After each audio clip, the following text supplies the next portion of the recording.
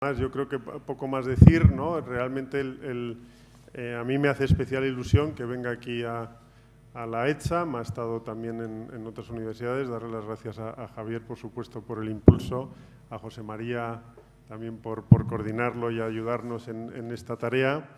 Y para nosotros los premios COAM, para mí personalmente es el día más bonito en el colegio, es donde se lee este compañerismo y es un día, yo creo que en el que además se ve la calidad de la arquitectura de los arquitectos de Madrid, ¿no? Y que sigue siendo muy alta. También os anticipamos que pronto saldrá la publicación en la que yo creo que están muy bien representados todos los proyectos. El profesor Campo Baez además ha tenido la amabilidad de hacernos un texto estupendo que podréis leer. Y bueno, nada más, daros las gracias a todos los que participáis hoy y a los que venís y, por supuesto, gracias a la escuela y a vuestro director, que siempre nos ayuda tanto. Muchísimas gracias, Pablo.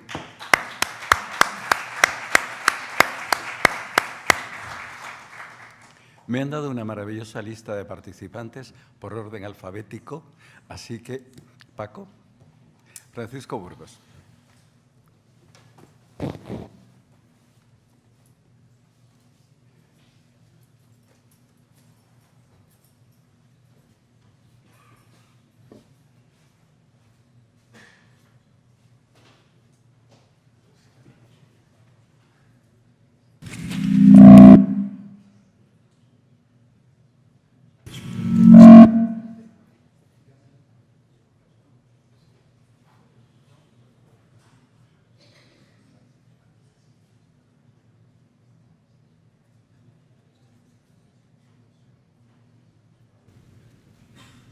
¿Ya?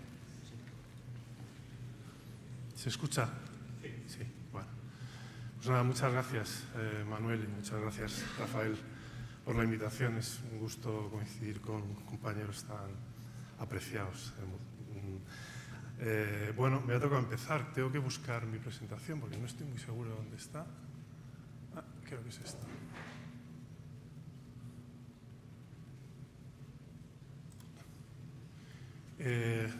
Bueno, esta nube de nombres que veis en la pantalla son los créditos.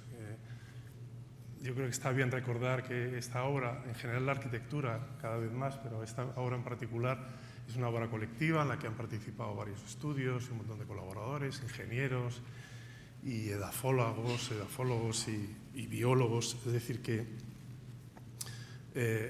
creo que es justo considerarla como una obra colectiva y está bien recordarlo. Yo creo que la mayor parte del auditorio que hay aquí hoy ha nacido en torno al año 2000, un poquito antes, un poquito después, de manera que yo creo que no son muy conocedores del proceso de transformación que experimentó la ciudad y en concreto su río y su autovía M30, que empezó en 2004, es decir, erais niños la mayor parte de vosotros. Esta foto es un poco anterior, pero cuenta cómo era a principios del siglo el río. En realidad un espacio de aventura, también de trabajo. Ahí iban a parar a lavar la ropa las lavanderas que servían a las viviendas que había próximas y también era un espacio de celebración. Esto parece que es una feria, seguramente en torno a los años 20. Cuando el Cajero delimitó de una manera más formal el río, la ciudad se pudo aproximar de una manera en principio muy civilizada, como veis, con las avenidas bien diseñadas, pero en los últimos años 60, principios de los 70, cuando ya se había producido la motorización masiva en el país, pues la autovía arrasó con lo que era originalmente un cinturón con forma de bulevar para convertirse en lo que fue. Aunque os cueste reconocer este sitio, a algunas personas ya de cierta edad nos cuesta cuando estamos allí recordar lo que aquello fue en algún momento. Esto es la entrada, la interrumpida entrada a la Casa de Campo. Aquí a la izquierda está el Campo del Moro y este era el aspecto que tenía Madrid en esos años que obviamente vosotros no recordáis. bueno, pues era una autopista que estaba incrustada en el centro de la ciudad, que envolvía y evitaba, envolvía el río y evitaba que hubiera el más mínimo contacto entre la ciudad y el río, y que segmentaba socialmente y físicamente los barrios que estaban del otro lado. Bueno, esta es la Avenida Portugal, que es un caso bien especial porque el barrio de Puerta del Ángel tenía la casa de campo a apenas 40 metros y sin embargo no podía llegar. Solamente había una ridícula pasarela en la cota alta de la Avenida Portugal por la que se podía cruzar. Bueno, en esos años el entonces candidato a alcalde plantea en su campaña una gran obra con el equipo de ingenieros que había originalmente trazado el Metro Sur, que consiste fundamentalmente en mejorar el tráfico de la M30. En el arco este, a través de la mejora de los enlaces, y en el arco oeste, a través de soterramiento, porque no había espacio físico para poder hacerlo.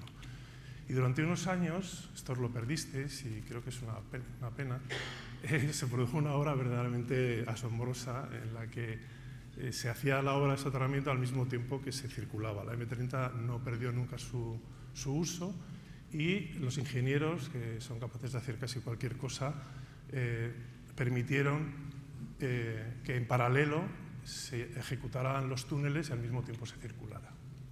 Este es el aspecto que tenía el río entonces, que por cierto fue un proceso complicado, estaba en la prensa permanentemente, no siempre con opiniones favorables, hubo muchísima polémica porque se iba a gastar mucho dinero y se consideraba que era una obra equivocada y que, en fin, el alcalde adquirió el sobrenombre de Faraón entonces, pero bueno, finalmente aquello se concluyó en muy poco tiempo, además, en 2 años y medio, 3 años. Este es el paisaje que quedó después de esa gran batalla, que como veis era una colección interminable de artefactos, de cajas de extracción, de salidas de emergencia, sobre la que había que plantear un proyecto. Se organizó un concurso muy importante y en realidad nosotros lo que propusimos era una cosa muy sencilla de transmitir, y era: vamos a tratar de traer los paisajes del norte, de la Sierra de Madrid y de la Vega del Sur, del sureste, sobre esa gran plataforma construida que eran los túneles. Esta es la dimensión del proyecto, que son aproximadamente 6 kilómetros y unas 120 hectáreas, que es una superficie, para que os hagáis una idea, equivalente a la del Retiro, es casi idéntica, con una forma muy diversa. Y lo que veis arriba son los túneles, es decir, que prácticamente la mitad de la superficie del parque está sobre las losas de los túneles. El proyecto tiene 3 unidades de paisaje, se puede resumir así. Una, quizá aquí se ve un poco mejor, que es una hebra estrechita, apenas 30 metros, con algunos esponjamientos en los puentes históricos, que va de lado a lado, y luego del otro, en la margen izquierda, hay una gran bolsa que es el Parque La Arganzuela, y en torno digamos, en la falda del Campo del Moro, pues hay un área que hemos llamado monumental, porque tiene muchas referencias a cosas que ocurrieron y lugares que existieron ahí en su momento. Esta es la margen derecha, que, como os decía, es como si hubiéramos arrastrado el paisaje de la Sierra de Madrid hacia este gran salón, que es fundamentalmente formalizado con pinos y terrizos y aromáticas. No hay apenas superficie verde, y sin embargo esto es lo que ocurre justo del otro lado, en el Parque de la Arganzuela, que es un sitio fresco, con agua, sombras muy densas en verano y muy despejados en invierno. Y luego este otro ámbito, que es lo que llamaba como el paisaje monumental, en el que casi cada proyecto, porque hay muchos dentro de esta zona, trata de rescatar algún asunto de la memoria de cada uno de estos espacios. La Avenida de Portugal tiene que ver con el nombre de la propia avenida, y también la idea del viaje a Portugal, al Valle del Jerte y a Lisboa. En Virgen del Puerto hay un pequeño homenaje a las lavanderas, y la Huerta de la Partida no es más que la reconstrucción o la recreación de lo que en su día fue la huerta que servía fruta y verdura al Palacio Real. Y luego pues hay una serie de equipamientos, infraestructuras, pasarelas, una especie de gincana de juegos infantiles, pequeños equipamientos de servicio del parque y también equipamientos deportivos que son necesarios obviamente en un parque. Estoy acabando ya, esto es una pequeña primicia que quería contaros. Todos sabéis que Vicente Calderón desapareció y va a ser el último tramo del proyecto que vamos a hacer, se está haciendo realmente ahora, faltan unos meses, que de nuevo, además de resolver un problema de escamoteado de un falso túnel que no se ha llegado a soterrar, lo veis en la sección a la izquierda, tiene un pequeño homenaje a todos estos hinchas del Atlético que se enfadaron tanto cuando supieron que iba a desaparecer su estadio. De manera que el lugar de alguna manera alude a lo que en su momento hubo y es una gran pradera en la que esperamos que se produzcan juegos informales de fútbol entre los niños y como veis hay ciertos guiños al Atlético de Madrid y parece que además finalmente se va a llamar así ese parque, de manera que las próximas generaciones sabrán a través de este pequeño acontecimiento que el campo del Atlético estuvo allí. Y nada más, muchas gracias.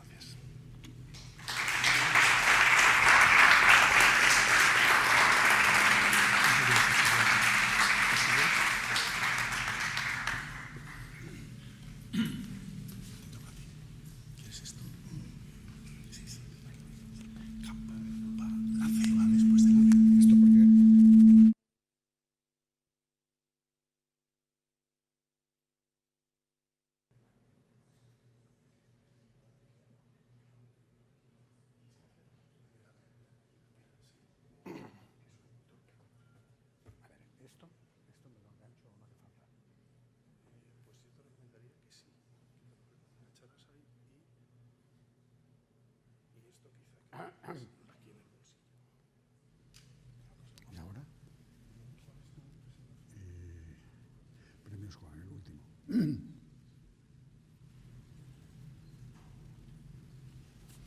Y lo único que tienes que hacer es pasar aquí. Espérate, el primero. Espera, no te me vayas. El primero. ¿Me quedo aquí? Sí, un segundo. ¿Dónde es el primero? Ese. Este es el... Ya está, ya está. Pim, pam. ¿Y para atrás? ¿Para atrás? No. Para atrás, vale. ¿Me puedo ir o me quedo? Quédate un poquito y a los 2 minutos ya está. Bien, como somos muchos, hay que ser breve, no, muy breve. Yo diría 3 palabras para empezar. Una, gracias. Yo no puedo más que agradecer el estar aquí por 1000 razones. Volver a nuestra casa, es un regalo maravilloso a la que vuelve uno, a esta casa vuelve uno siempre feliz. Y estos premios son producto de la generosidad de estos jurados. ¿Dónde está Pablo? Esto es, la generosidad, porque es demasiado, todo esto es demasiado. Los premios son generalmente fruto de la generosidad de los jurados más que el mérito de los que los tenemos. La segunda palabra sería deciros a vosotros, esta gente jovencísima. Yo he preguntado a una alumna que andaba por el pasillo y le digo, ¿qué edad tienes? Me dice 19. Bueno, yo tengo 77, que ya son edades de abuelo y de bisabuelo, pero bueno. Entonces, no puedo deciros y transmitiros que esta labor de arquitecto, ahora que estáis empezando, es la labor más hermosa del mundo. Estáis ya siéndolo, es la labor más bonita del mundo. Y estas caras de los que tengo aquí, que no tienes ni 19 ni 77, pero que sí son unos arquitectos todos estupendísimos, lo saben de verdad. Poder construir los sueños. Y el tercer punto, que somos privilegiados. O sea, el mundo está muy patas arriba, ya no voy ahora a hacer aquí ningún comentario de ningún tipo, pero que somos, los que estamos aquí, somos unos privilegiados. Es un regalo que se nos hace en esta vida excesivo. Valorarlo, disfrutarlo y ser felices.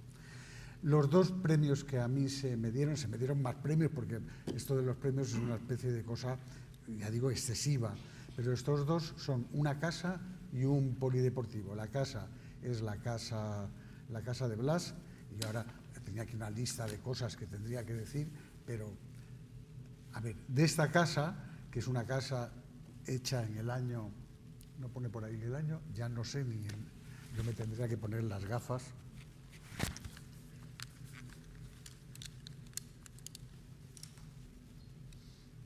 William, me han preguntado, ¿y el tal William qué tal hace las fotografías? Digo, maravillosas. Aquí está un alumno estupendo, mitad americano, mitad español, que para Colombia ha hecho unas fotos maravillosas de la última obra que he hecho en Estados Unidos. Entonces, gracias. Hace fotos maravillosas. A ver, de esta casa, en esta casa se dice, este señor es eso que llaman minimalista, y por eso se le llama minimalista, porque una casa hecha con cuatro perras, con 4 elementos, con 4 nada. Habrá aprendido del tal Mies van der Rohe aquello del less is more, hacer que poco es más. Yo no soy minimalista ni nada que se le parezca, simplemente es una casa hecha con una economía muy reducida, muy barata, hecha a lo alto de una colina en Sevilla la Nueva, que está en las afueras de Madrid, y el tema era decir, bueno, pues con las vistas que tenía maravillosas, potenciarlas. Alguien dice, bueno, pero usted cuando pone esto, habla de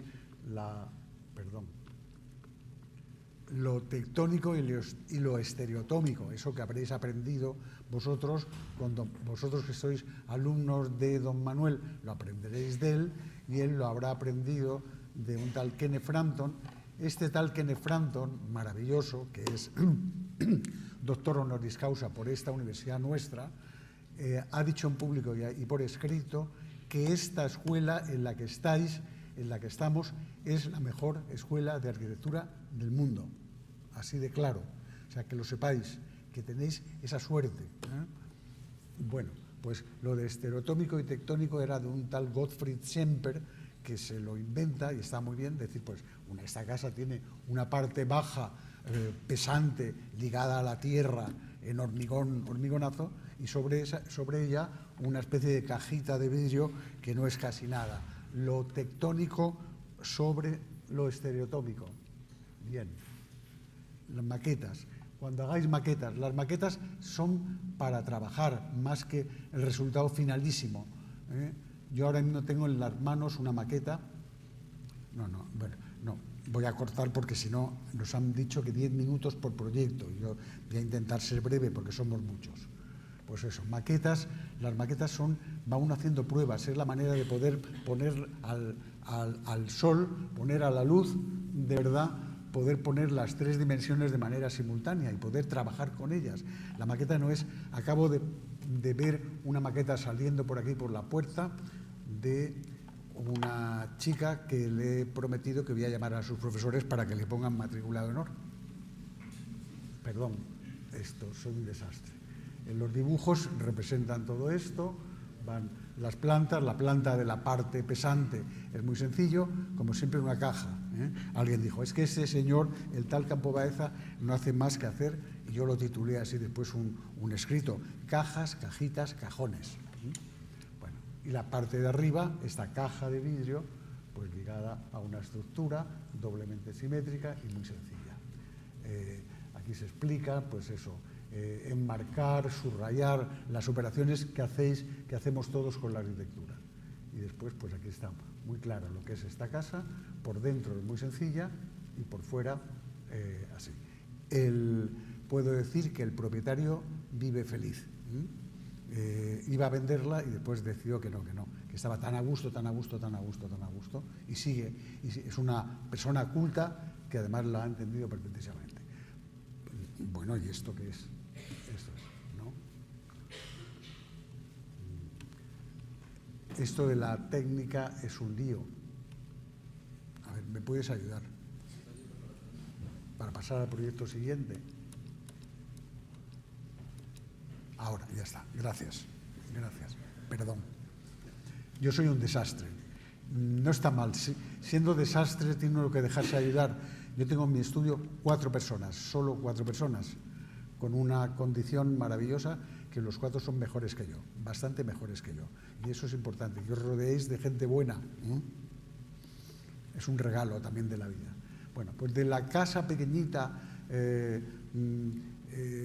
exacta, precisa, preciosa, pasamos a un pabellón polideportivo, donde este es un pabellón polideportivo para la Universidad Francisco de Vitoria, hecho relativamente hace no muchos años, está aquí en las afueras de Madrid, y la idea era, aquí, así como en la casa uno se mueve con muchísima más libertad, en un pabellón polideportivo uno depende de la estructura de manera más poderosa, la estructura. Entonces uno dice, anda, esto de la estructura, lo que ha dicho el director, muy bien dicho, que las asignaturas técnicas.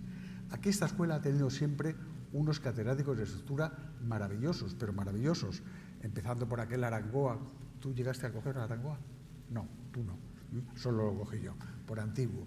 Después de Arangoa pues vinieron pues Aroca, de Miguel, toda una serie de... Y no sé ahora quién estará de catedrático de estructuras, pero que siempre también las estructuras son centrales en vuestra... O sea, alguien puede decir, y ahora el señor Campo Baeza defendiendo públicamente las estructuras, pero esto es inaudito. Pues no, inaudito no. El esqueleto, uno hace así, con 77 años uno, oye, gracias a Dios no tengo esos problemas, pero que la gente tiene problemas de estructuras, de articulaciones, si toman vitaminas de estas, medicinas raras para poderse mover, pues no.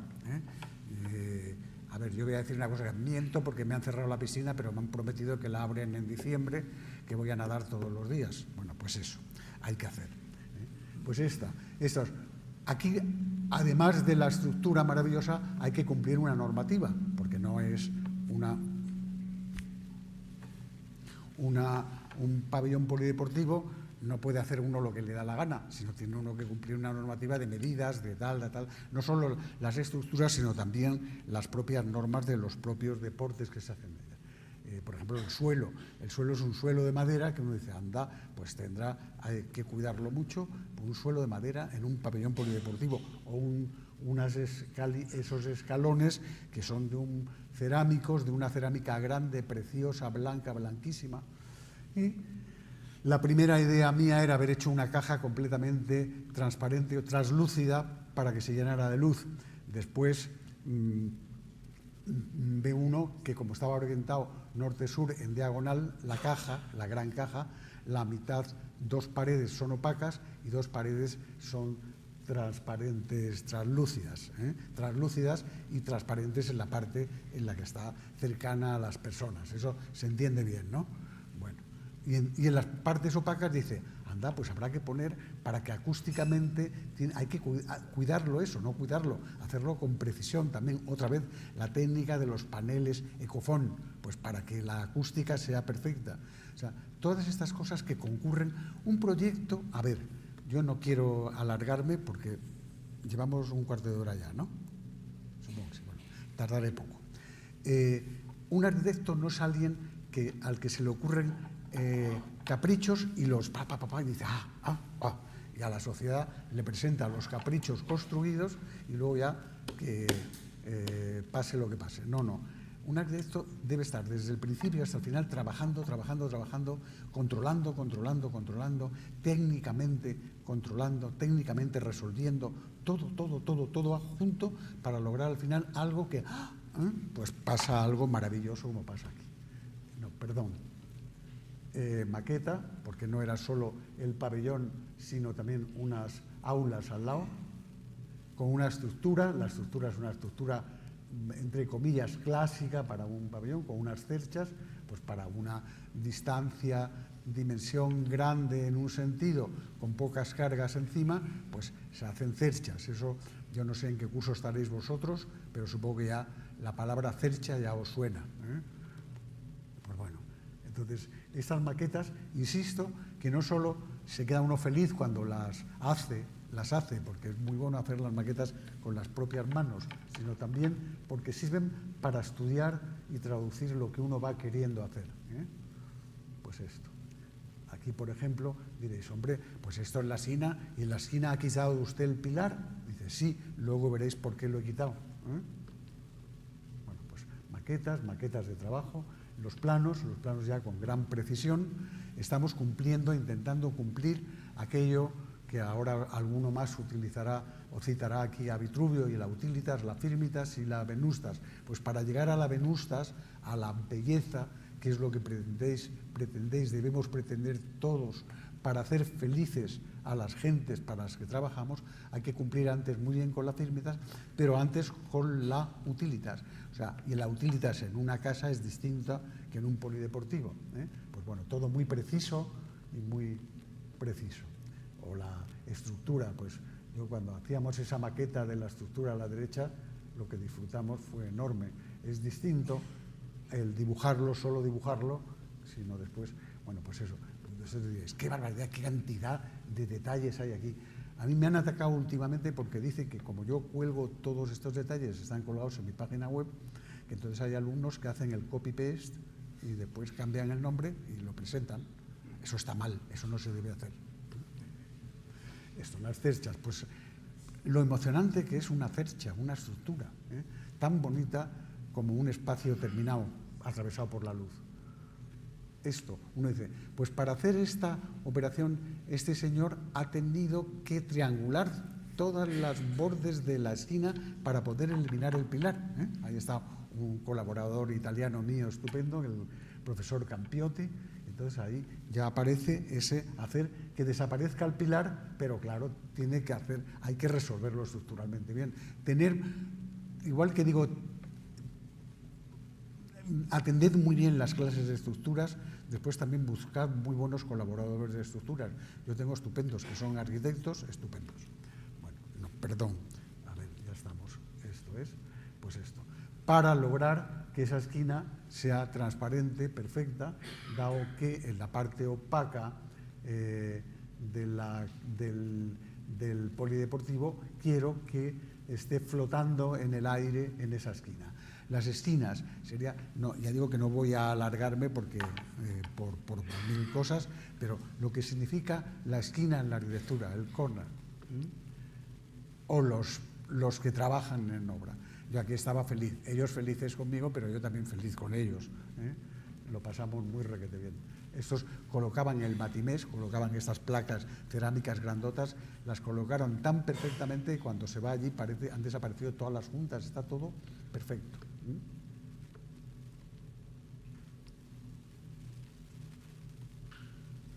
Muchísimas gracias.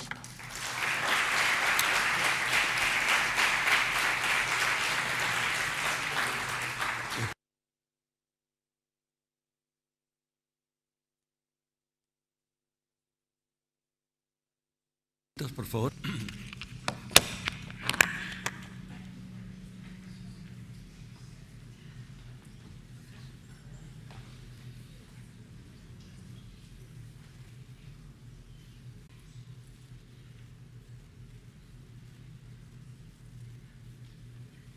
Bueno, después del maestro Alberto, pues es difícil subir aquí y tal. Primero agradecer al colegio por estos largos años de premios COAM, que me parece que es una fiesta entre la profesión y los arquitectos y la ciudad en la que las mejores, las consideradas en ese momento las mejores obras son puestas a disposición de la gente, de que se pueden ver, que se pueden visitar y es muy agradecer, ¿no? Y a la escuela también agradeceros que nos hayáis invitado, que hayáis hecho este acto. Yo voy a ser muy breve.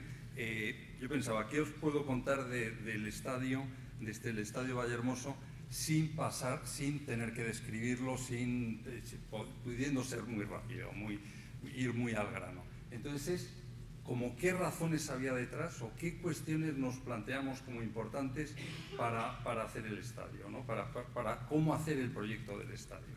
Y habíamos leído una cita de de Mario Benedetti, que decía que los estadios eran el esqueleto de las multitudes.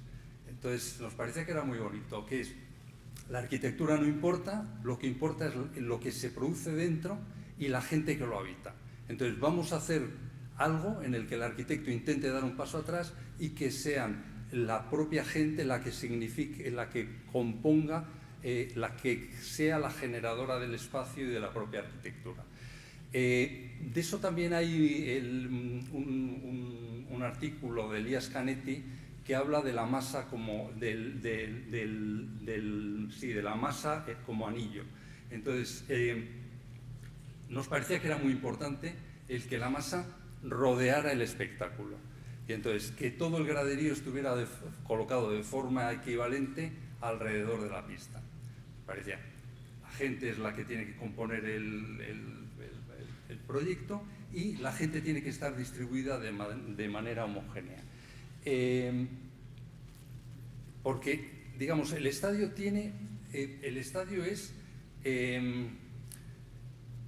es heredero de dos tradiciones muy distintas, tiene dos orígenes muy distintos. Uno es el claro en el bosque, esa naturaleza muy delicada que tiene perfecta, en el que no se puede pisar, que es solamente para los elegidos, y el otro componente es el anfiteatro romano, que es el gran lugar del espectáculo. El estadio reúne esas dos consideraciones. Entonces, nosotros en el proyecto queríamos el que ese espacio verde, que normalmente es un espacio, un hortus conclusus, algo que no es visible desde el exterior, que no tiene relación con la ciudad, queríamos abrirlo a la ciudad, y que esta oportunidad de actuar en bastantes metros cuadrados estuviese en una relación intensa con la ciudad que lo rodea y que fuera bastante permeable. Entonces las decisiones eran: el estadio tiene que estar compuesto fundamentalmente por la gente que se mira a sí mismo y que mira al espectáculo, y la construcción tiene que ser lo mínimo posible, por lo cual todas las actuaciones hicimos primero un tratamiento topográfico para conseguir que la huella o lo que significaba exteriormente el estadio fuera mínimo, y segundo, el que todo lo que apareciera debía ser como nubuloso, como ligero, como etéreo y poco pesado. Pasamos aquí a ver unas imágenes ya con el estadio lleno, son 10.000 espectadores.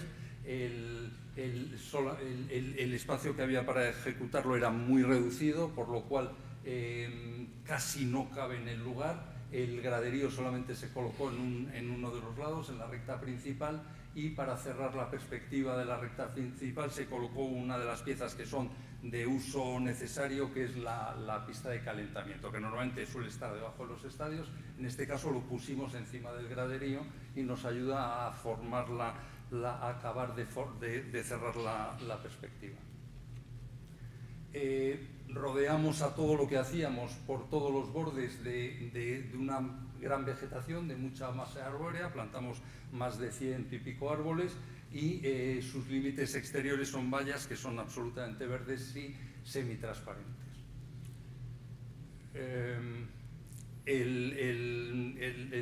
Queríamos reducir lo que se construía a lo mínimo posible, por lo cual todos los espacios tienen una capacidad de ser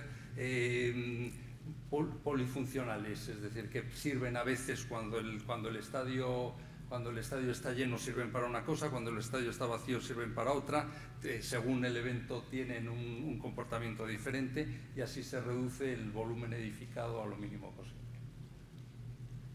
Y exteriormente queríamos que tuviese una idea de una imagen de livianidad, de poco corpóreo. Entonces, bueno, este es un cortito y ligero recorrido por las intenciones del estadio y por el propio estadio. Pues nada, muchas gracias.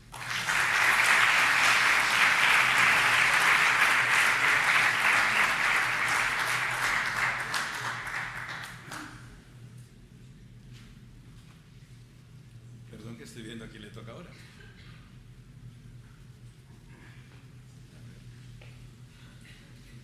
Arturo. Perdonadme, pero para los de mi clase, a mí no sabéis la ilusión que me hace ver de pronto el estadio Vallehermoso hecho por los Cano. Yo me crío enfrente, yo me crío en la calle Lucio del Valle, que fue director de esta escuela y director del canal de Isabel II. Yo vi en los años 60 construir ese primer estadio. Se hace en el llamado Campo de las Calaveras, que era como le llamábamos los niños del barrio, porque había habido un cementerio y jugábamos con los huesos que todavía afloraban. Bueno, Arturo, por favor.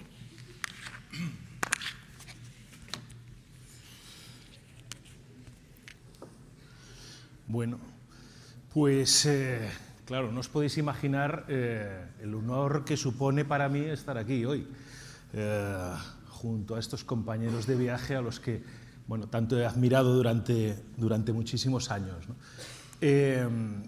Y además, bueno, pues también darle las gracias a Javier porque, bueno, parece ser que es el responsable de la exposición y ha colocado el proyecto de Intermediae, digamos, en primer plano una vez que bajas las escaleras de la escuela. Así que estoy absolutamente encantado con este punto. Voy a cambiar el proyecto.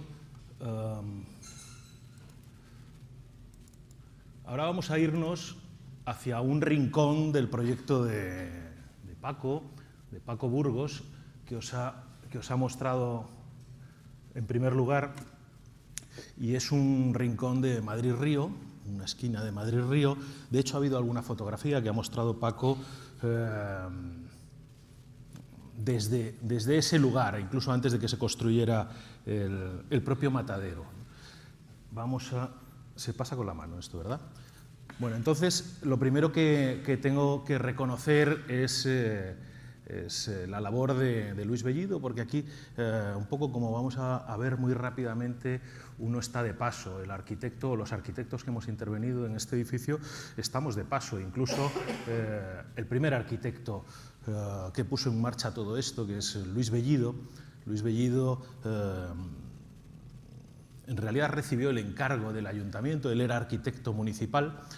Este proyecto había sido, digamos, consecuencia de un concurso de jóvenes arquitectos que luego nunca pudieron llevar a cabo, y fue el arquitecto municipal el que se responsabilizó del trabajo. Estas cosas suelen suceder hoy en día también, pero bueno, afortunadamente era un arquitecto municipal muy responsable, y entonces decidió documentarse y viajar por Europa conociendo todo aquello que se había hecho en materia de edificios industriales. Estamos hablando de 1911, 1912, para que os hagáis una idea.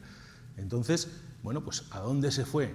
Pues a ver a Berlage, a ver a Peter Behrens. Era el momento, para que os hagáis una idea, en que en Europa, pues Adolf Loos estaba construyendo la Casa Scheu, la desornamentación total y la austeridad en la arquitectura, despojarse de cualquier atributo estilístico en el exterior. Él vino con el conocimiento técnico de cómo se podía producir un edificio industrial y trató también de aplicar en el exterior esas ideas que en España en este momento pues estaban desarrollándose, que es lo que él llamaba, esta frase es muy curiosa, un estilo nacional castizo. A mí me hizo mucha gracia en aquel momento y nos dimos cuenta enseguida un poco de la diferencia que existía entre el interior y el exterior. Un planteamiento racional, digamos, lógico y además muy bien ejecutado de un edificio industrial en cuanto a los interiores, selección de materiales, etc. Y un estilo en el exterior que era este nacional castizo. Y uno, cuando se enfrenta a esto, pues se plantea todas estas cuestiones. Pero en realidad lo que aquí importa es la historia y es el proceso de este edificio, donde, como os digo, uno, ¿no?, el arquitecto, pues no es ni más ni menos que un eslabón más en todo este proceso. Este edificio se dedicó durante muchos años, como sabéis, a matadero de la ciudad de Madrid, que entonces estaba bastante alejada, digamos que estaba esto en una zona aluvial a las afueras de la ciudad, ¿no?, más allá del rastro, y se colocó allí pues porque había una vía de tren, ¿no?, y entonces las reses podían venir fácilmente hasta ese lugar. Pasó el tiempo y Madrid creció, ¿no?, necesitó un matadero mucho más grande y el matadero se lo llevaron a otro lugar. Entonces, ¿qué sucedió? que se abandonó este espacio durante muchísimos años. Entonces, es cuando comienza otra historia completamente distinta, apasionante, que se incorporó al proyecto. Aquí, bueno, pues estas historias pasan, por ejemplo, por un lugar que habitaban toxicómanos de la zona. Se quemaron las paredes, otro tipo de habitantes, arrancaron las ventanas.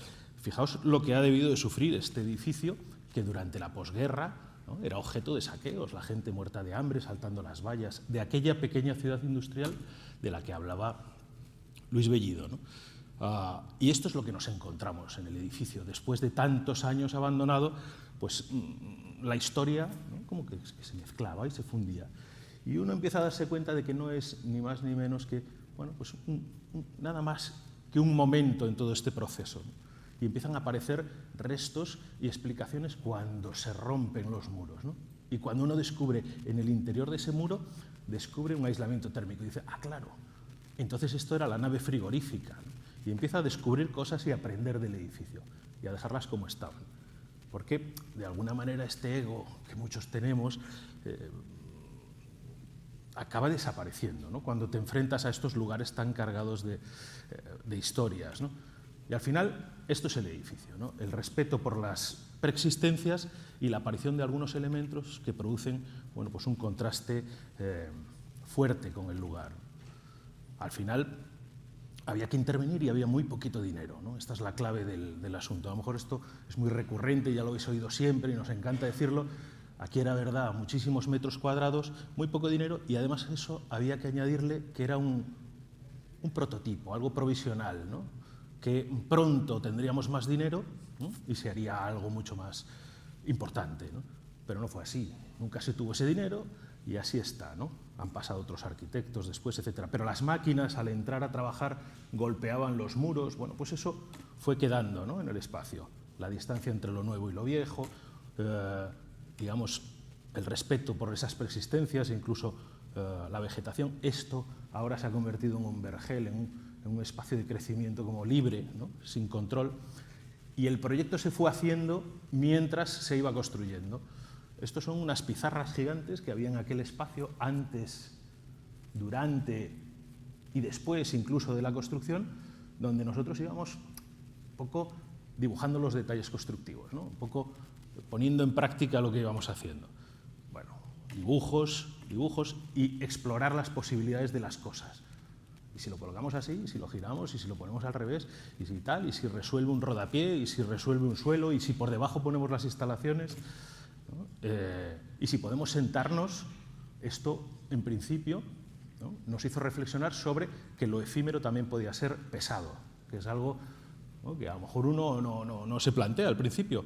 Solo basta, ¿no?, la máquina capaz de colocar en su sitio esto, porque luego se lo puede llevar a otro lugar. Ya terminó. ¿Veis cómo se van resolviendo distintas situaciones? Al final ese suelo eran unas piezas colocadas así, debajo iban las instalaciones y estaba preparado para recibir artistas que trabajaran allí. El azulete, que no sé si lo intuís, ahí arriba, el azulete es aquello que marca un poco el nivel del suelo, ¿no?, la distancia al suelo para ir trabajando y que se replantee adecuadamente. Pues esta es la sorpresa que nos llevamos, ¿no? Y es aquí cuando empezamos a desaparecer del proyecto. Si ya no teníamos gran presencia en todo este proceso, justo antes de inaugurarlo, de repente un grupo de chavales como vosotros, que eran unos becarios de la Fundación Arco, debían de tener 20 años, pues no tenían dónde dormir y alguien, yo creo que alguien con mucha don de la oportunidad, pensó que este podía ser un lugar para dormir y se los llevó a todos a dormir allí. Yo creo que se lo pasaron muy bien y estuvieron una semana durmiendo allí, demostrándonos que ese espacio era todo menos lo que nosotros habíamos pensado, ¿no? Y los chavales encontraron su lugar, ¿no?, un pilar para colocar la cabeza, protegerse, etcétera, ¿no? Es decir, un poco, este es el resumen de lo necesario para poder descansar, ¿no? Este feng shui del sentido común. Y al final pasaron cosas en lugares en los que prácticamente ni habíamos intervenido. Artistas que plantean como extrañamientos, juegos que se apropian de los espacios, etcétera, ¿no? Y al final, pues sucede esto. que los arquitectos poco a poco vamos desapareciendo, ¿no? y digamos que acaban siendo edificios que van mejorando con nuestra desaparición. Esto fue una foto que hice yo creo que la semana pasada o la anterior. Pasé por allí y me sorprendió aquello que pensaba ser como un jardín descontrolado, un poco el tercer paisaje, ¿no? Pero incluso ha trascendido las ideas del tercer paisaje y se ha convertido pues en algo que tiene vida propia, ¿no? como el propio matadero. Y esto es todo. Gracias.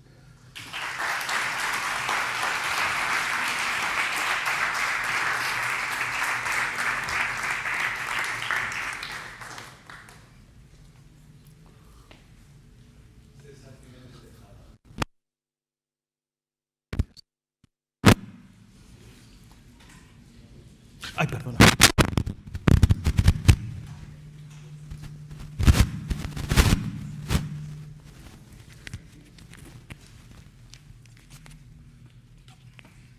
Te tienes que poner.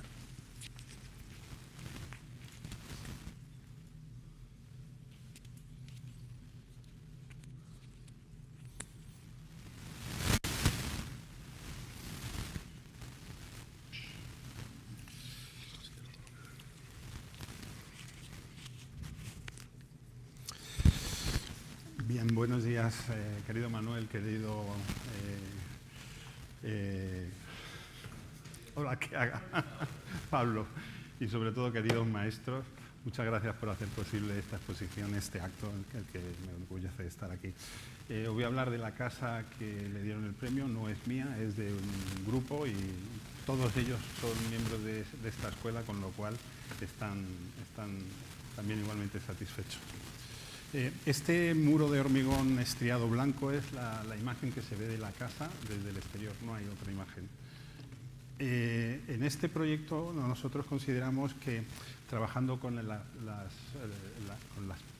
planos horizontales se diluía los volúmenes. Entonces lo que buscábamos era generar más que un objeto una naturaleza, un lugar que fuera una naturaleza y que el todo prevaleciera sobre la parte. Hablamos del límite borroso no como una cosa que genera borrosidad, sino como unas operaciones espaciales que permiten tener múltiples lecturas del espacio, incluso producir condiciones de extrañamiento. Entonces, bueno, este es una de las primeras maquetas que estuvo por ahí pululando en una exposición del COAN también, que exponía maquetas.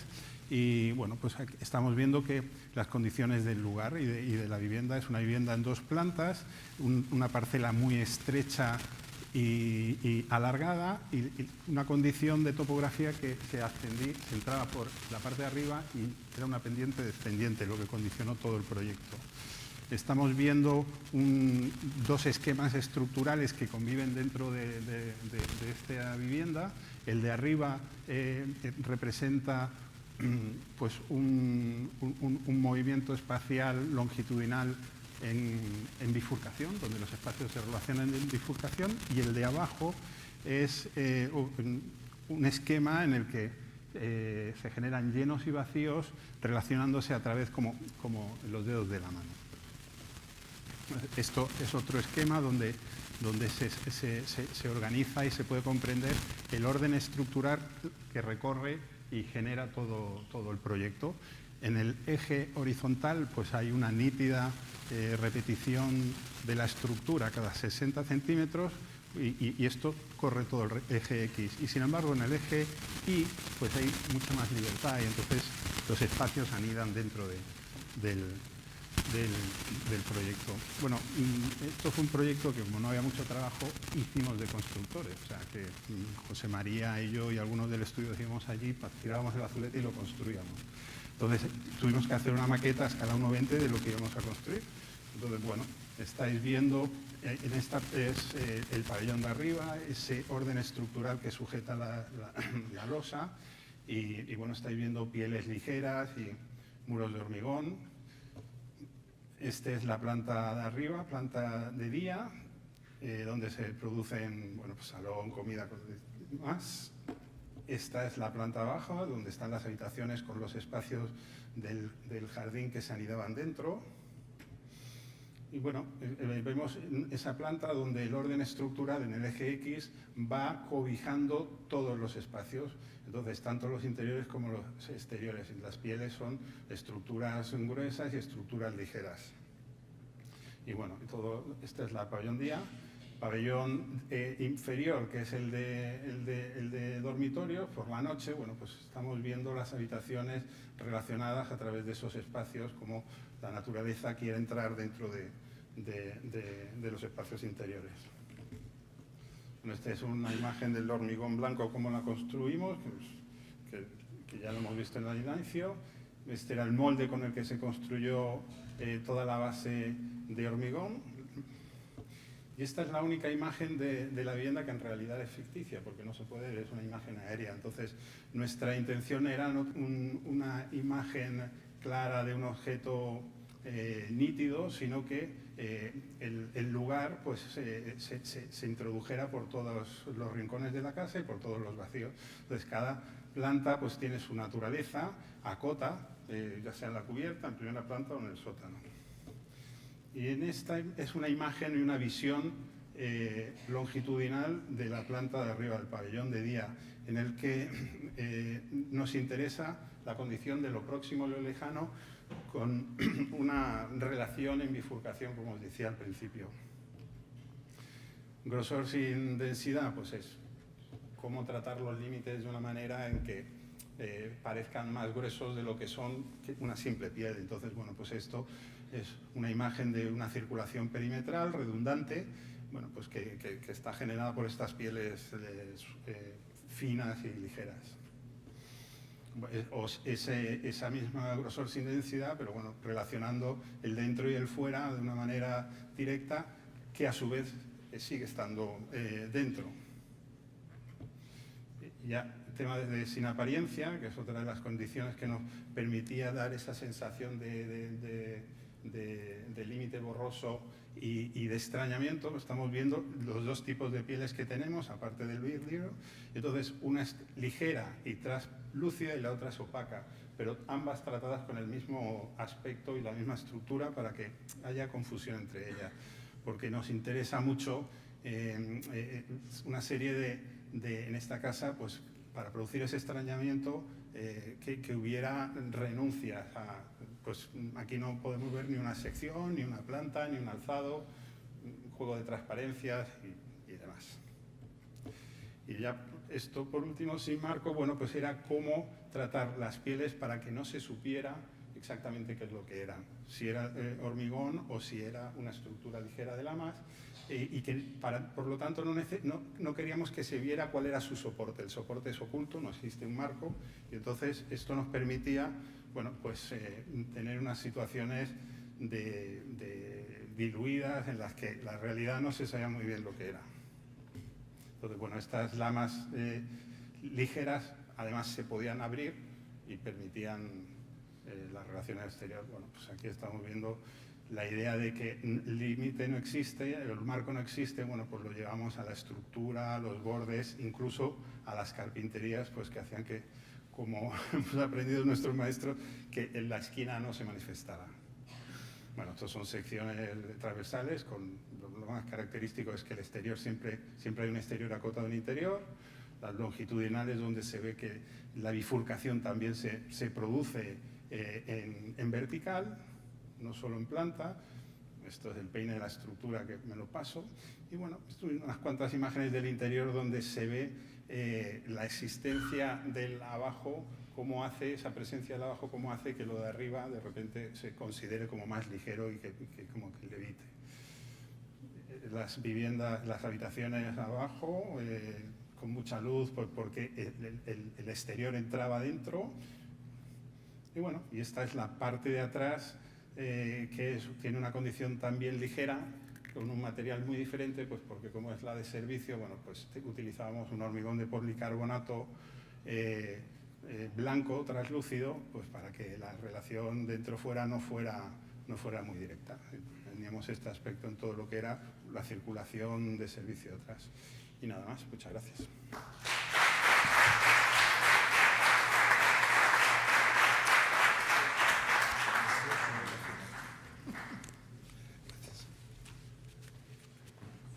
A mí me contrató esta escuela como profesor, reinando como director Francisco Javier Sáenz de Oiza.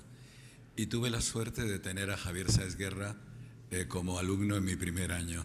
Vicente y Javier, tenéis la palabra para hablar de vuestro padre y para hablar de vuestra obra.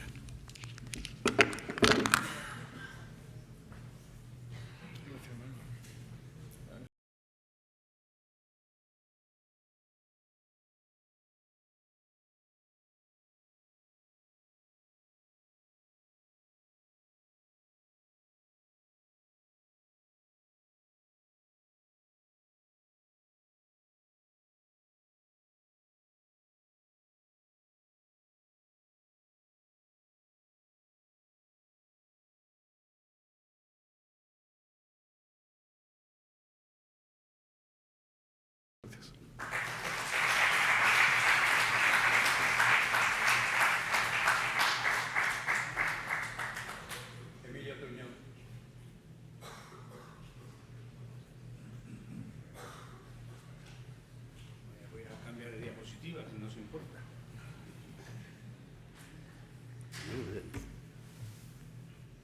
O hablo con esta.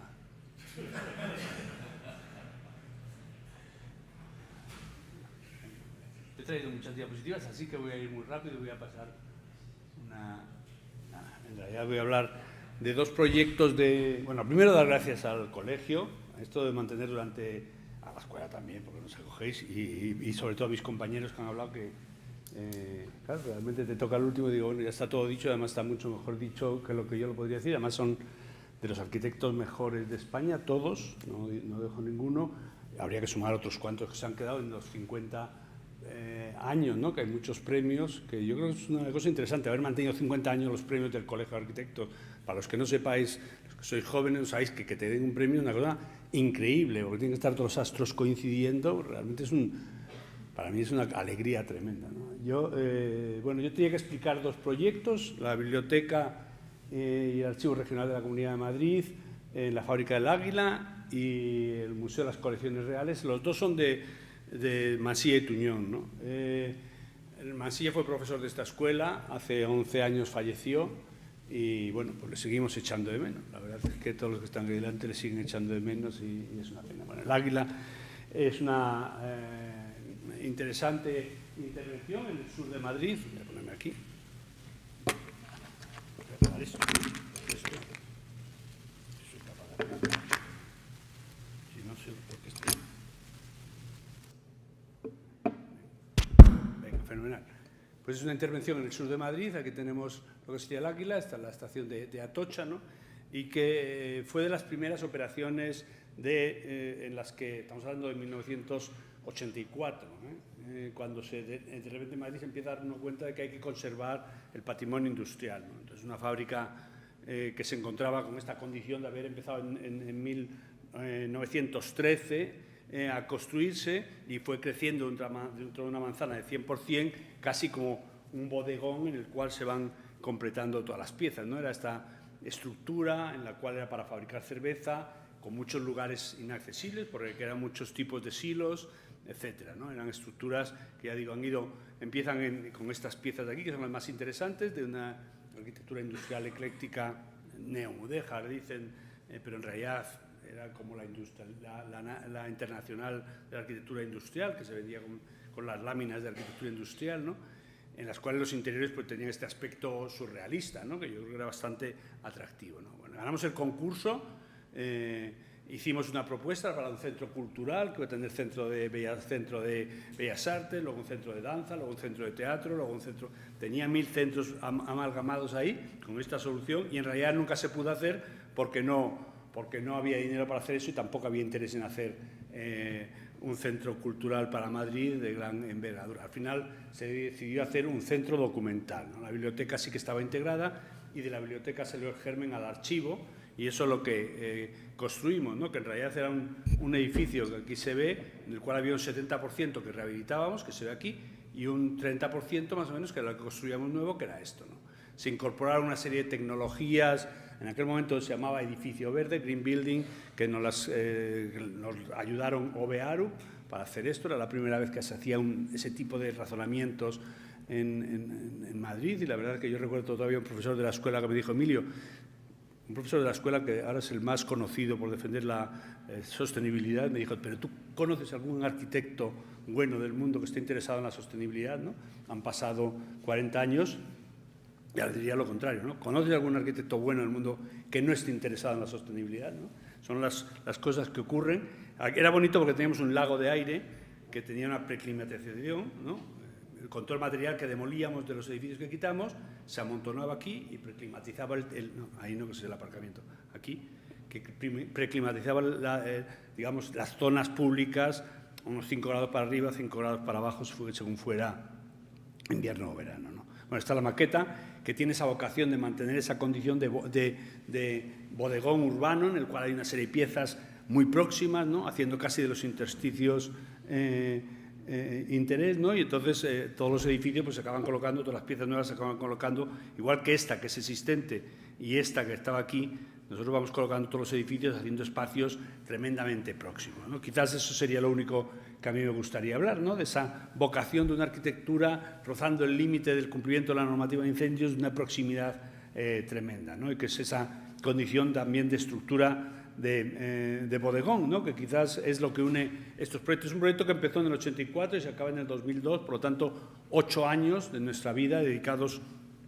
a este trabajo, y que donde estaban los silos, pues convertimos, donde estaba el grano en los silos, pues metimos los libros. Aquí estaba a la derecha el archivo, a la izquierda la biblioteca, ¿no? Y bueno, hay esta cosa como de rehabilitación de todo el edificio, ¿no? Por ejemplo, está la sala de la biblioteca, donde las máquinas célibes que ya no tenían ningún uso se colocaron en esa especie de estantería para ser vistas, en la que los interiores que tenían esta condición más surrealista también se convirtieron en estas piezas, ¿no? Que trataban de conservar la mayor cantidad de elementos de máquinas inútiles ya, ¿no? Y el archivo, que en realidad era un gran edificio, una pieza bastante grande, que se está aquí, con esta, ¿no? Que construía la segunda pieza, ¿no? Aquí se ve, la biblioteca es esta pieza aquí, y el archivo era, la biblioteca más o menos es el 30% y el archivo es este 70%. Tiene esta gran máquina sin personas y que, sin embargo, tiene que cumplir la normativa de incendios.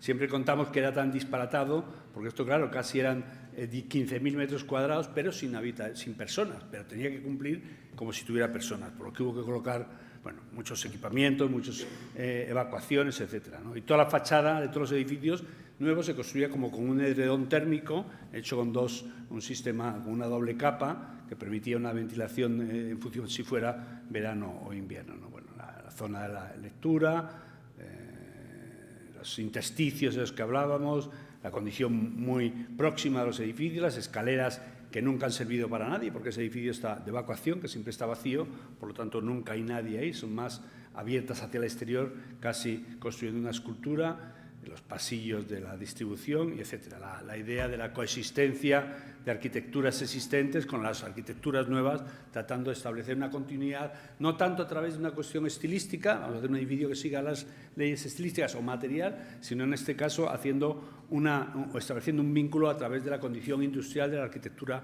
nueva que incorporamos, ¿no? Esto es arquitectura nueva de fin de siglo y esta es arquitectura nueva de principio del siglo XX, estamos hablando, evidentemente. O sea, que esto que era así, que está la especie de bodegón dramático y drástico, ¿no? En realidad se convirtió en este bodegón ya contemporáneo, que uno entiende que están allí las dos instituciones que son importantes para la Comunidad de Madrid, la biblioteca y el archivo, que en cierto modo garantiza la accesibilidad a los documentos que puedes utilizar para los pleitos contra la propia administración, ¿no? El segundo edificio es ya en otro sitio diferente. Aquí tenemos el río Manzanares. Esta es la zona de Madrid, la zona alta de Madrid, el Campo del Moro. Aquí hay un desnivel de unos 30 metros, ¿no? Desde la zona alta de la ciudad, en esta meseta, a lo que era el río, ¿no? Y aquí es donde se produce el primer asentamiento. Este es el primer plano que hay de Madrid, ¿no? Pero aquí había el primer asentamiento, que era una alcazaba hispano-musulmana con su almudaina, que estaba aquí, ¿no? Entonces aquí, efectivamente, este es el origen de Madrid. ¿Cuál es el verdadero origen de Madrid? Pues la fortificación hispano-musulmana que había en este lugar, que era una alcázar, ¿no? Entonces, como veis, aquí está Madrid. Luego crece con distintas cercas, ¿no? Primero está la muralla hispano-musulmana, luego está la muralla medieval, ya de carácter cristiano, y luego va creciendo con cercas diferentes, ¿no? Y es bonito porque crece tangencialmente, desde este punto, desde un punto en el oeste, crece tangencialmente, ¿no? No crece concéntricamente, sino tangencialmente de oeste hacia el este, ¿no? Eso es bastante bonito en la explicación de Madrid, ¿no? El Alcazaba se convirtió en Alcázar, el Alcázar estuvo siendo, digamos, el palacio real, el lugar donde los reyes de los Austrias vivían, y en un cierto momento, cuando ya se cambia la dinastía de los Austrias a los Borbones, en la Nochebuena de 1734, el Alcázar se prende en llamas y hay que llamar a un nuevo arquitecto para que haga este edificio, ¿no? Se llama Ayubarra, y Ayubarra propone este palacio un poco a la francesa, con una dimensión muy extendida, con 3 grandes patios y un patio de armas fuera, ¿no? Y con esta estructura barroca, pero ya casi neoclásica, como podéis ver ahí. Pero en realidad Ayubarra se fallece a los 2 años, después de discutir mucho tiempo con el rey, acaba falleciendo y se lo encargan a Sacchetti, ¿no? Sacchetti, en realidad, llega allí y plantea un edificio todo lo contrario que Ayubarra, un edificio más controlado, un edificio tomando inspiración de Ayubarra, pero sin embargo lo que hace es construir un edificio muy pequeño en planta, que sin embargo es el palacio real más grande de Europa, ¿no? Que es una cosa curiosa, en realidad es un palacio real en altura, ¿no? Y plantea, desde el primer momento, Sacchetti plantea el crecimiento de Madrid, del crecimiento del Palacio Real hacia el sur, ¿no? Este es el Palacio Real, pues si tiene que crecer, debería crecer hacia el sur, igual que plantea este sistema de rampas, ¿no? Por lo tanto, digamos, esto es lo que planteó Ayubarra con ese posible crecimiento, lo que luego Sabatini hace, también con el crecimiento de un cierto trozo de las rampas, ¿no? Ya luego Segarra y Repullés y Segarra construyeron el remate de aquí, este muro, apareció la Catedral de Madrid en ese punto, y ya en el siglo XXI aparece ya lo que es el Museo de las Colecciones Reales como una estructura que en realidad es, por definirlo, aquí podríamos acabar esta presentación, es la extensión natural del Palacio Real hacia el sur, esa sería la primera definición, y la segunda es un muro de contención habitado, puesto que estamos en la parte alta de la ciudad y tenemos que cortar 25 metros para contener esas tierras, y dentro tiene que estar lo que es la Galería de Colecciones Reales, ¿no? Bueno, este es el tiempo. Esto empieza en 1936, cuando el Gobierno de la Segunda República decreta la creación del Museo de Armas. Luego hay 2 concursos, uno lo gana Loscano Lasso, hay que decirlo, y el segundo lo ganamos nosotros, y esto, bueno, pues en este proceso, proyecto de museografía se hace aquí, que lo hizo nuestro querido director Manuel Blanco, en colaboración con nosotros también, y en 2023 ya se inaugura. Por lo tanto, hemos estado desde el 99 hasta el 23 años trabajando en este edificio, ¿no? Un edificio que cuando nos encontramos esa era la cornisa de Madrid, con esa muralla que había hecho Repullés Segarra, allí en la zona del sur, ¿no? Y ya sabía el proyecto Sacchetti, cómo va creciendo hacia el sur, y la extensión natural del Palacio Real hacia el sur nos lleva también a trabajar. En el concurso se proponía que se hiciera el edificio aquí. Nosotros dijimos desde el primer momento que había que construir, había que expropiar este trocito a la iglesia y construir esta estructura lineal siguiendo, digamos, la extensión natural del Palacio Real hacia el sur, siguiendo los planos de Sacchetti, pero solo en su crujía o en la nave a poniente, ¿no? Este es el primer dibujo de 1999, ¿no? Que en realidad habla de esa continuidad o esos vínculos entre la nueva construcción y el Palacio Real, y a su vez que este elemento sirviera casi de remate de esa catedral inacabada que teníamos en ese punto, ¿no? Este es el dibujo que se planteó al concurso y que plantea por una parte la continuidad, digamos, del Palacio Real hacia el sur, la extensión, por lo tanto, la continuidad con las trazas de Sacchetti, la continuidad con la materialidad, el granito y la caliza, ¿no? Continuidad con la composición, que tenemos este sistema vertical, que también lo tiene aquí, aunque el periodo es más corto y hace que sea más abstracto, ¿eh? Y eso es lo que se desarrolló, ¿no? Que en realidad este es el edificio que se plantea como un muro de contención, lo veis ahí, conteniendo el empuje de las tierras, y ahí estaban los restos arqueológicos, que son estos que vemos aquí, ¿no? En realidad estos son un desarrollo. Lo que construimos primero fue la estructura, y en febrero de 2012 falleció Luis y tuve que seguir yo al cargo de este proyecto. Yo siempre lo digo, es un proyecto 100% Mansilla y Tuñón, aunque Luis falleciera hace 11 años, ¿no?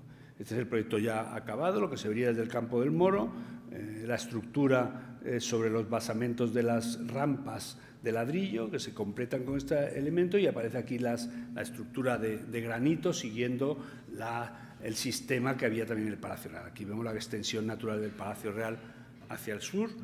Vemos un poco como cuando uno llega aparecen estas puertas que nos abren un poco el umbral hacia el museo, entrando por ese mirador hacia la Sierra de Guadarrama, que en el fondo es el origen, porque cuando se hace esta fortificación hispano-musulmana, la Alcazaba en realidad es una fortificación que está mirando a la Sierra de Guadarrama, sobre todo para controlar los movimientos de las fuerzas cristianas, ¿no? Entonces, digamos que ese mirador para nosotros es esencial, porque estás mirando otra vez a Guadarrama, y al entrar en esta pequeña puerta, ¿no? El museo tiene esta vocación de ser un edificio muy pequeñito, con esa puerta muy pequeñita, y que en realidad cuando uno entra, pues con ese efecto Le Corbusieriano de compresión y expansión, pues nos encontramos en el vestíbulo, que es este, que ya la entrada, la tienda, la vista frontal hacia la cornisa, bueno, las rampas, ¿no? Como uno va bajando en ese sistema de promenade a las rampas, y ya el inicio de la colección, que aquí estamos en los Trastamara, pero viendo también el carruaje de los Austrias menores, ¿no? Algunos puntos también bonitos con la escultura, con la armadura de Carlos V, ¿no?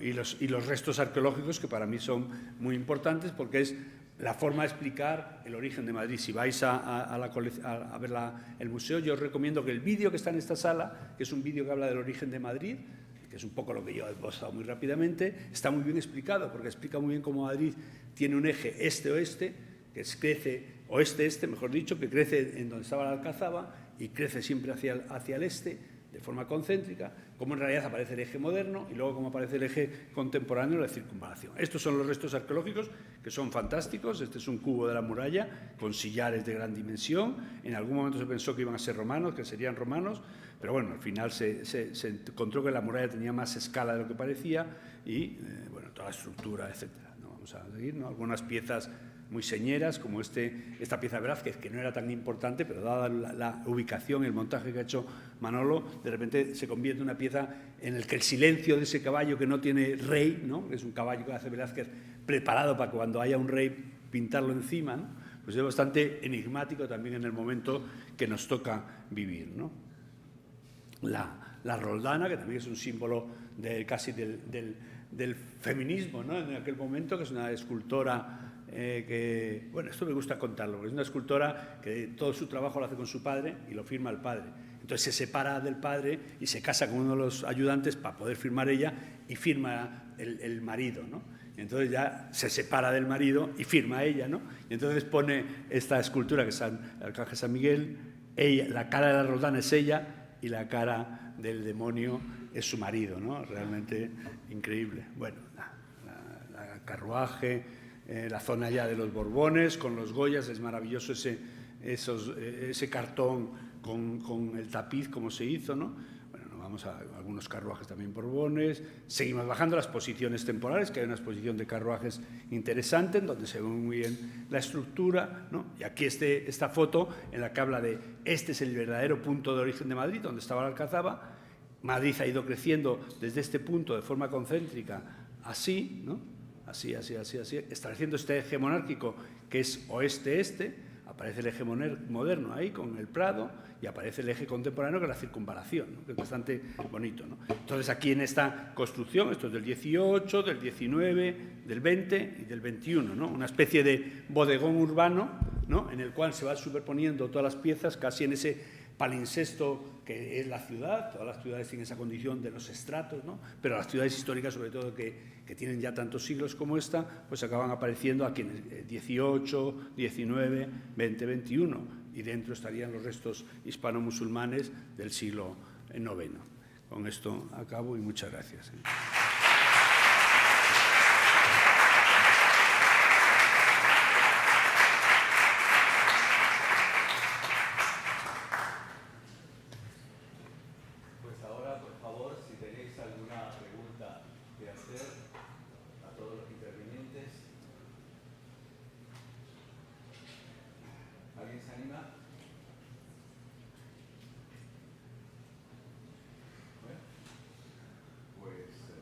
Muchísimas muchísimas gracias a todos.